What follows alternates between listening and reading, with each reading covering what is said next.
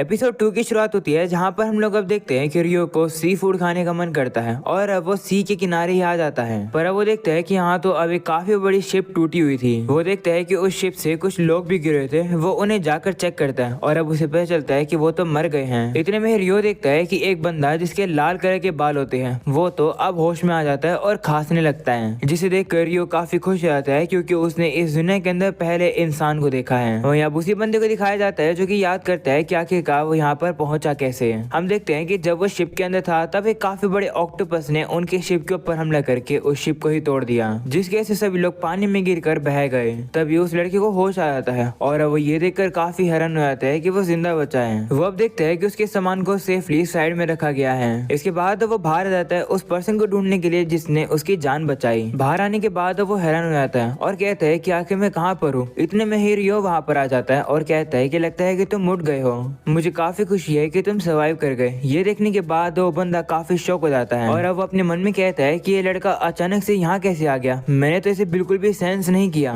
और आखिर इसने ऐसे कपड़े क्यों पहन रखे हैं। ऐसा सोचने के बाद वो लड़का कहता है कि ऐसा कहना सही नहीं रहेगा। इसे वो सबसे पहले उसे अपना नाम बताता है। वो कहता है कि मेरा नाम एबल है, तुमने मेरी जान बचाई है ना, मुझे बचाने के लिए शुक्रिया। तो रियो कहता है कि चिंता मत करो, मैं तो तुम्हें बस घर वापस लेकर आया हूँ, मैंने ज्यादा कुछ नहीं किया, वैसे भी सिर्फ तुम ही बचे हो, माफ करने में बाकी सभी को नहीं बचा पाया। तो एबल कहता है कि चिंता मत करो, वैसे भी वो लोग स्मगलर्स थे। तो रियो अब उसे पूछने लगता है कि कौन से स्मगलर्स। पर तभी एबल को भूख लग जाती है। तो रियो कहता है कि चलो सबसे पहले अंदर आकर खाना खा लो, वैसे मेरा नाम रियो है। अगले सीन में वो लोग अब खाना खाने के लिए अंदर आ जाते हैं, जहाँ एबल को अब पता चलता है कि रियो के पास और कोई कपड़े है ही नहीं। वो कहता है कि मेरे पास ना ही धागा है ना ही कपड़े हैं, तो मैं कपड़े को बना नहीं सकता हूँ। तो एबल कहने लगता है कि जाओ जाकर फिर खरीद लो। ऐसा बोलने के बाद वो अपने आप को शांत कराता है और कहता है नहीं, शायद इसके पास पैसे नहीं होंगे, अगर मैं ऐसा क्वेश्चन पूछूंगा तो मैं इसको ऑफेंड कर दूंगा। वहीं पर रियो अब उसे कहता है कि चिंता मत करो, आसपास यहाँ पर बिल्कुल भी कोई है ही नहीं और ना ही कोई टाउन है, तो इससे फर्क नहीं पड़ता कि मैं क्या पहनूं। ये सुनकर एबल कहता है कि ऐसी बात है, तो क्या तुमने खाना भी खुद से ही हंट किया है। तो रियो कहता है हाँ, जिस पर एबल कहता है कि ये खाना सही में काफी टेस्टी है, क्या तुमने इस नाइफ का यूज किया है हंटिंग करने के लिए। तो रियो कहता है कि ये जो नाइफ है ये बस सेल्फ डिफेंस में काम आ जाता है, नॉर्मली मैं एक वाटर मेज हूँ। ऐसा बोलने के बाद रियो अपनी ताकत दिखाकर जग में पानी भर देता है। ये सुनकर एबल कहता है क्या तुम मैजिक यूज कर सकते हो, सेंट्रल प्रोविंस के अंदर भी बस आधे से ज्यादा ही लोग उसे यूज कर सकते हैं, मैं तक मैजिक यूज नहीं कर सकता हूँ। ये सुनकर रियो सोचने लगता है कि लेकिन उस एंजल ने तो कहा था कि 20% लोग मैजिक यूज कर पाते हैं। रियो ये सब सोच रहा होता है, तभी एबल उसे कहता है कि मैं कुछ कंफर्म करना चाहता हूँ, तो क्या तुम वापस से मेरे को समुद्र के किनारे ले जाओगे। तो रियो भी मान जाता है और अब वो उसे उसी जगह लेकर जाने लगता है जहाँ पर वो सबसे पहले एबल से मिला था।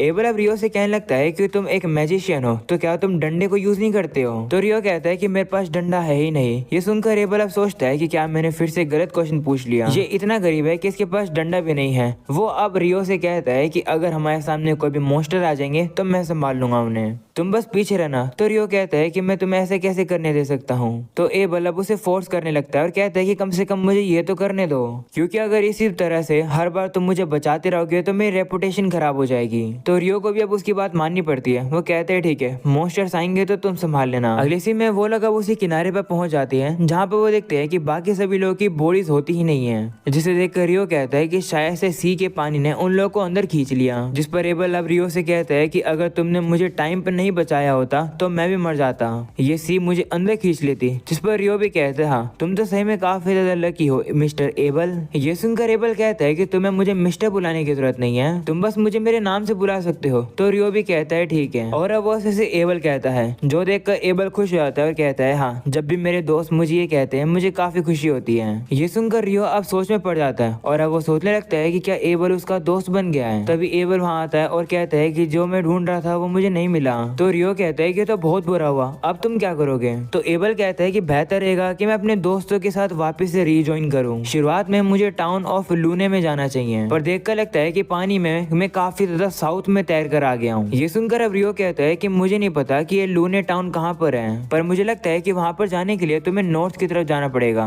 जो सुनकर एबल कहते हैं हाँ, मुझे वहाँ जाने के लिए तैयार होना पड़ेगा। तभी वो रियो से कहता है कि क्या तुम भी मेरे साथ आना चाहोगे, ऐसे समझ लो कि ये तुम्हारे लिए एक जॉब है, मैं तुम्हारी तुम्हारी मदद ले सकता हूँ, क्योंकि मुझे बिल्कुल भी अंदाजा नहीं है कि आखिर मैं कहाँ पर हूँ और आखिर लूने तक पहुँचा कैसे जाएगा। पर अगर तुम मेरे साथ आओगे तो मैं तुम्हें अपने गाइड के तौर पर यूज कर सकता हूँ। तो क्या तुम चलना चाहोगे? तो रियो भी अब थोड़ा सोचता है और अब वो कहता है हाँ मैं चलूंगा, पर अगर तुम्हें कोई एतराज ना हो तो मुझे थोड़ी सी तैयारियां करनी है और हम लोग फिर कल चलेंगे। तो एबल भी मान जाता है और अब वो दोनों इसी तरीके से हाथ मिलाते हैं। अगले सीन में रियो अब वापस से बाकी सभी चीजों को देखने लगता है और याद करता है कि किस तरीके से वो पहले इस दुनिया में आया था और यहाँ पर उसने क्या क्या किया। इसी तरीके से वो अपनी पुरानी यादों को ताजा कर रहा होता है, जिसके बाद वो एबल से कहता है कि मुझे किसी को गुड बाय करने जाना है। तो एबल कहता है कि इतनी रात में, जिस पर रियो कहता है हाँ वो पर्सन मुझे इतनी ही रात में मिलता है, मैं उसे बता कर आता हूँ कि मैं थोड़े समय के लिए यहाँ पर होऊंगा नहीं। ऐसा बोलकर वो वहाँ से चला जाता है। वहीं एबल सोचता है कि मुझे लगा था कि रियो का कोई भी यहाँ जान पहचान नहीं है, वैसे वो किसी से मिलने जा रहा हो, मुझे इस तरीके से दखल अंदाजी करनी नहीं चाहिए। अब अगले सीन में हम लोग अब देखते हैं कि रियो अब उस नाइट के पास आ जाता है और कहता है कि मुझे तुम्हें कुछ बताना है। दरअसल कल से मैं इस फॉरेस्ट में नहीं होने वाला हूँ। अब तक तुमने जो भी मेरी मदद करी है उन सब के लिए मैं तुम्हारा शुक्रिया करना चाहता हूँ। तुमने मुझे ट्रेनिंग दी, इसी वजह से मैं काफी समय तक सर्वाइव कर पाया, इसके लिए मैं तुम्हारा दिल से शुक्रिया करना चाहता हूँ। और क्योंकि आज हमारी ये आखिरी बैटल होने वाली है तो इस बार मैं और भी ज्यादा अच्छे से लड़ूंगा।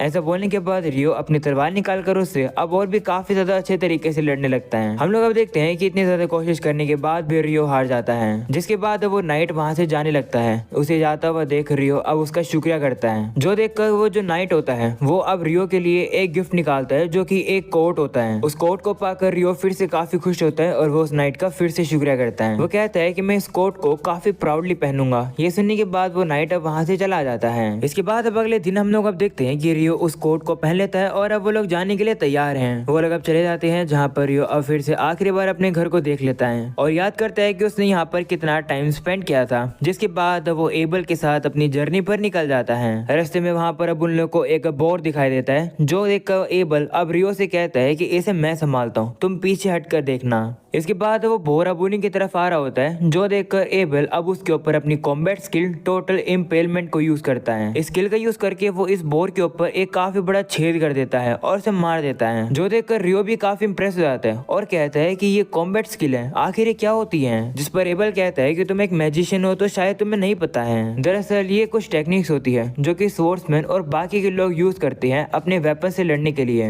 ये सुनकर रियो काफी ज्यादा एक्साइटेड सा लगता है। इसके बाद अगले दिन वो लोग अपनी जर्नी को फिर से कंटिन्यू करते हैं। एक रात सोने के बाद सामने की तरफ अब उन लोगों को कुछ लिजर्डमैन दिखाई देते हैं, जो देखकर एबल कहता है कि ये लोग काफी खतरनाक होते हैं, बेहतर रहेगा कि हम लोग इन्हें इग्नोर करके आगे बढ़े क्योंकि ये काफी पावरफुल होते हैं। तो रियो भी मान जाता है और वो लोग इन लिजर्डमैन को इग्नोर करके आगे बढ़ने लगते हैं। वहीं क्योंकि रियो एक वाटर मैजिशियन है, उसे पता चल जाता है कि जो लिजर्डमैन है वो काफी तेजी से पानी के जरिए उनकी तरफ आ रहे हैं। इसके बारे में वो एबल को बता देता है, जो सुनकर एबल भी लड़ने के लिए तैयार हो जाता है। तो रियो कहता है कि वो जो लिजर्डमैन है वो बहुत ही ज्यादा है, तो लगता है कि मुझे भी अपने मैजिक का यूज करना पड़ेगा लड़ने के लिए। तो एबल कहता है कि लेकिन तुम्हारे पास तो तुम्हारी छड़ी है ही नहीं। इतने में ही रियो अब उन लिजर्डमैन के ऊपर आइसिकल लेंस का हमला करके उन्हें हरा देता है। इसी तरीके से वो लोग अब काफी सारे लिजर्डमैन को हरा देते हैं। वहीं पर एबल अब रियो से कहता है कि आखिरकार तुमने ये कौन सी स्पेल यूज करी? तुमने तो अपने मैजिक को यूज करने के लिए स्टाफ यानी कि छड़ी भी यूज नहीं करी और इन्वोकेशन भी नहीं करी। मैं एक विंड मैजिशियन को जानता हूँ जिसे विंड मैजिक यूज करने के लिए ये सब करना पड़ता है। तो रियो कहता है कि शायद से वाटर मैजिशियंस को ऐसा नहीं करना पड़ता होगा, क्योंकि वाटर मैजिक अलग होता होगा। जिस पर एबल भी कहता है कि हाँ शायद तुम सही कह रहे हो, चलो इस बात को इग्नोर करते हैं और आगे बढ़ते हैं। तो रियो कहता है कि एक सेकंड रुको।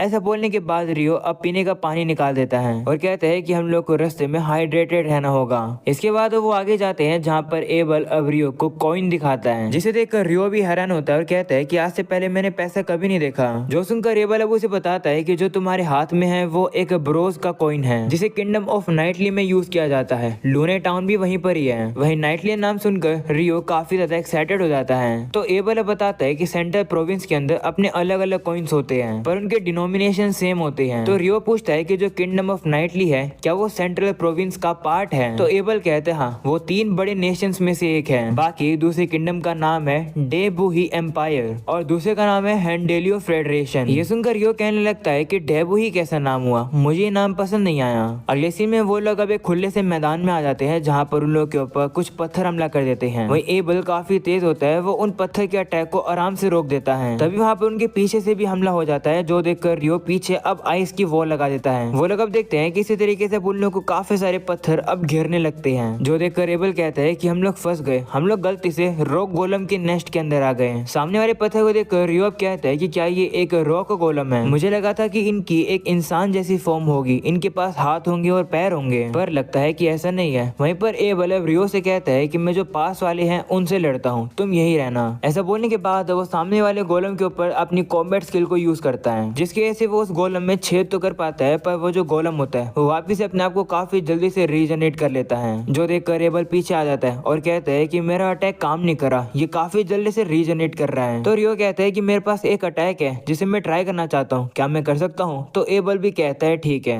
ये सुनकर रियो अब सामने वाले गोलम के ऊपर 10 लेयर की आइस वॉल गिरा देता है, और अब क्योंकि ये आइस वॉल काफी ज्यादा भारी होती है, वो गोलम अब उसी के नीचे दब जाते हैं। ये ताकत देखकर तो एबल भी डर जाता है और अब वो रियो से कहता है कि आखिर तुमने ये क्या किया? तो रियो कहते हैं कुछ नहीं, अभी भी सामने 2 गोलम रहते हैं, उनके ऊपर भी मैं यही यूज करता हूँ। ऐसा बोलने के बाद वो लोग उन गोलम को भी हरा देते हैं और देखते हैं कि वो गोलम हिल ही नहीं रहे हैं। एबल कहता है कि आखिर ये हिलना क्यों बंद हो गए? तो रियो कहता है कि शायद से ये ग्राउंड से एनर्जी को एब्जॉर्ब करते थे, और क्योंकि अब ये हार गए हैं शायद इस वजह से ये हिल नहीं पा रहे हैं। तभी वो देखते हैं कि इस गोलम का तो मैजिक स्टोन भी उसके अंदर होता है। उसे देखकर एबल कहने लगता है कि तो काफी बड़ा और कलरफुल है। देखकर लगता है कि इस गोलम ने ऑलरेडी काफी सारे मॉन्स्टर्स को हराया है, जिस पर रियो कहता है कि लगता है कि ये स्टोन काफी कीमती है, बाकी रॉक गोलम से भी ये स्टोन निकाल लेते हैं। काश मैं ऐसे कह पाता, पर बाकी के जो भी गोलम्स है वो तो चकनाचूर हो गए मेरी स्पेल की वजह से। अगले सीन में वो लोग अब आगे जाते हैं, जहाँ पर रियो को सामने एक काफी बड़ा हिप्पो दिखाई देता है। तो एबल कहता है कि मैं आज से पहले इसे कभी भी आमने सामने नहीं मिला, पर इसे देखकर मैं कह सकता हूँ कि ये एक बहीमत है। तो रियो कहता है कि क्या हम लोग इसे हराएं? जिस पर एबल कहता है कि क्या तुम पागल हो गए हो, हम इसे कभी भी नहीं हरा पाएंगे। तभी वो लोग अब देखते हैं कि वाइवंस का अब कुछ झुंड अब उसी बहीमत के ऊपर हमला करने के लिए आ रहा होता है। एबल ये देखकर कहता है कि जो वाइवंस है ये आसमान में उड़ रहे हैं, वहीं पर ये जो बहीमत है वो जमीन पर है, तो ये बहीमत हारने वाला है। जिस पर रियो कहता है कि मुझे नहीं लगता कि ये हारेगा।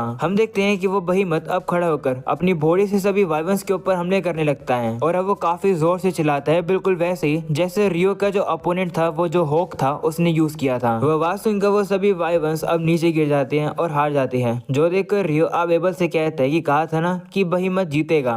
ये देखकर एबल भी शॉक हो जाता है और कहता है कि बहीमत ने ये क्या किया? तो रियो कहता है कि मेरे हिसाब से ये मैजिक नेगेशन था। अगले सीन में रात हो जाती है, जहाँ पे वो लोग अब कैंपिंग कर रहे होते हैं। एबल अब रियो से पूछने लगता है कि आखिर ये मैजिक नेगेशन क्या होता है? मैंने तो बस ऐसे कुछ ट्रैप्स के बारे में सुना है जो कि डंजन्स में होते हैं। ये सुनकर रियो एक्साइटेड हो जाता है और कहता है क्या यहाँ डंजन भी एग्जिस्ट करते हैं? मैं एक दिन डंजन में जरूर जाना चाहूंगा। जो सुनकर एबल कहता है कि तो फिर चीजें काफी परफेक्ट है, क्योंकि सेंट्रल प्रोविंस के अंदर सिर्फ एक ही डंजन है, और जिस टाउन के अंदर हम लोग जा रहे हैं वहीं पर ही वो डंजन है। ये सुनकर रियो उसे कहने लगता है कि तुम इतने बड़े सीक्रेट को मुझसे क्यों छुपा रहे थे? तो एबल कहता है कि मेरा ये इरादा नहीं था, मुझे तो नहीं पता था कि तुम्हें डंजन के बारे में भी नहीं पता है। वहीं रियो कहता है कि अगर तुम और भी कुछ मुझसे छुपा रहे हो तो बता दो। तो एबल उसे कहता है कि तुमने एल्फ और ड्वार्फ के बारे में तो सुना ही होगा ना? जिस पर रियो कहता है नहीं, मुझे उनके बारे में बताओ। जो सुनकर एबल शॉक हो जाता है और वो उसे कहता है कि जो ड्वार्फ होते हैं वो काफी कमाल के स्मिथ होते हैं और फाइट में भी वो काफी अच्छे होते हैं। लूना टाउन के अंदर कुछ ड्वार्फ हैं। दूसरी तरफ जो एल्फ हैं, शायद से लूना टाउन के अंदर एक एल्फ तो है, क्योंकि ज्यादातर जो एल्फ होते हैं वो अपना घर जंगल में ही बनाते हैं। जिस पर रियो कहता है कि मैंने ऐसा ही सोचा था।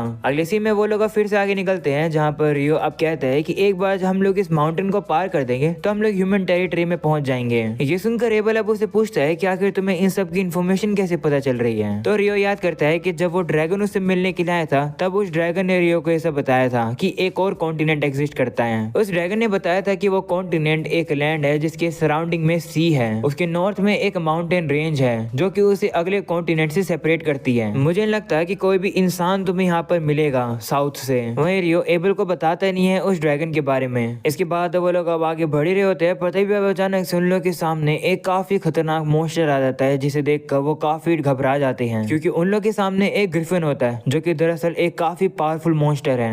एबल उसे देखकर काफी घबरा जाता है, वो कुछ भी कर नहीं पा रहा होता है। पर तभी रियो एबल से कहता है कि मीट को उछाल दो। ऐसा बोलने के बाद वो भी अपने बैग से मीट उछाल देता है, जिसे देखकर एबल भी मीट उछाल देता है। जिसके बाद वो जो ग्रिफिन होता है वो उस मीट को लेकर वहां से चला जाता है, उन लोग को सेफली छोड़कर। जो देखकर वो दोनों अब काफी ज्यादा रिलीफ फील करते हैं कि वो लोग ग्रिफिन के हमले से बच गए। अगले सीन में वो लोग फिर से आगे बढ़ते हैं, जहाँ पर एबल कहता है कि उस ग्रिफिन ने तो सही में डरा दिया। तो रियो भी कहते हैं हाँ, अगर हम लोग उस ग्रिफिन से लड़ते हैं तो मुझे नहीं लगता कि हम लोग जिंदा भी बच पाते हैं। तो एबल कहता है है कि इंसान बने नहीं है ऐसे मॉन्स्टर से लड़ने के लिए। काफी सेंचुरी तक आज तक ये देखा ही नहीं गया है कि कभी कोई इंसान बहीमत या फिर ग्रिफिन से लड़ाई करता हो। ये माउंटेन्स इतने बड़े हैं, शायद यही बहीमत और ग्रिफिन्स को इंसानों की टेरिटरी से दूर रखते हैं। तभी रियो अब कहता है कि जो वाइवंस उस बहीमत से लड़ रहे थे वो शायद नॉर्थ की तरफ से आए थे, यानी कि वाइवंस यही मिलेंगे। इसके बाद वो लोग अब आगे जाते हैं और देखते हैं कि यहाँ पर तो सही में वाइवंस होते हैं जिन्होंने एक जानवर का शिकार कर रखा है और वो उसी शिकार को खा रहे होते हैं। एबल अब कहता है कि हम लोग अब क्या करें, तो रियो कहता है कि क्या हम इनसे लड़े नहीं, तो एबल कहता है कि हम दोनों के लिए ये वाइवंस काफी ज्यादा हैं। जब उन्हें हंट किया जाता है तो नॉर्मली 20 एक्सपीरियंस एडवेंचर्स को भेजा जाता है उनसे लड़ने के लिए, और उसके बाद भी वो एडवेंचर्स घायल हो जाते हैं, तो हम तो इनसे लड़ ही नहीं पाएंगे। जो सुनकर रियो कहता है कि मेरे ख्याल से आगे चलते हुए हम लोग को काफी सारे वाइवंस मिलेंगे, तो हमें इनसे कभी ना कभी तो लड़ना ही पड़ेगा। शायद अगर हम लोग इन्हें ग्राउंड पर ही रोक देंगे तो इनसे लड़ना इजी हो जाएगा। तो एबल भी कहता है हाँ, तब तो मेरी तलवार भी इन तक पहुंच जाएगी। ये सुनकर रियो सीधा ही अब उन वाइवंस से लड़ने के लिए चला जाता है, जो देखकर एबल शॉक हो जाता है और वो भी रियो की मदद करने के लिए आगे जाता है। हम अब देखते हैं कि रियो अपने मैजिक का यूज करके उन वाइवंस के पंखों के ऊपर काफी सारे आइसिकल्स लगाए थे, जिसकी वजह से वो उड़ नहीं पा रहे होते हैं और नीचे ही रुक जाते हैं। और अब इसी मौके का फायदा उठाकर एबल अपनी कॉम्बैट स्किल का यूज करके उन्हें खत्म करता है। पर अब वो लोग अब देखते हैं कि वहां से और भी काफी सारे वाइवंस आ रहे होते हैं। तब रियो उन लोग के ऊपर भी आइसिकल्स गिरा देता है और उन्हें वो नीचे ले आता है, जिसके बाद अब एबल जाकर उन लोगों से लड़ने लगता है। अगले सीन में वो लोग अब इस वाइवन के मैजिक स्टोन को बाहर निकाल लेते हैं। एबल अब कहने लगता है कि मुझे लगा नहीं था कि इन वाइवन से लड़ना इतना इजी होगा। जिसके बाद वो लोग अब देखते हैं कि वहाँ पर अब और भी काफी सारे वाइवंस आ रहे होते हैं हमला करने के लिए, जिन्हें देखकर एबल अब इस बार बिल्कुल भी नहीं डरता है, वो अकेले ही उनसे लड़ने के लिए चला जाता है। अगले सीन में वो लोग अब उन वाइवंस को हराकर अब आगे बढ़ जाते हैं। वो लोग अब देखते हैं कि उन लोगों ने अब माउंटेन पार कर लिया है और अब वो लोग काफी जल्द इंसानों की टेरिटरी में पहुंचने ही वाले हैं, जो देखकर वो काफी ज्यादा खुश हो जाते हैं। और अब इसी के साथ ये एपिसोड यहीं खत्म हो जाता है। उम्मीद है कि तुम लोग को ये एपिसोड पसंद आया होगा। पसंद आया हो तो लाइक कर देना, चैनल पर नए हो तो सब्सक्राइब कर देना। मिलते हैं अगले वीडियो में, तब तक के लिए बाय बाय।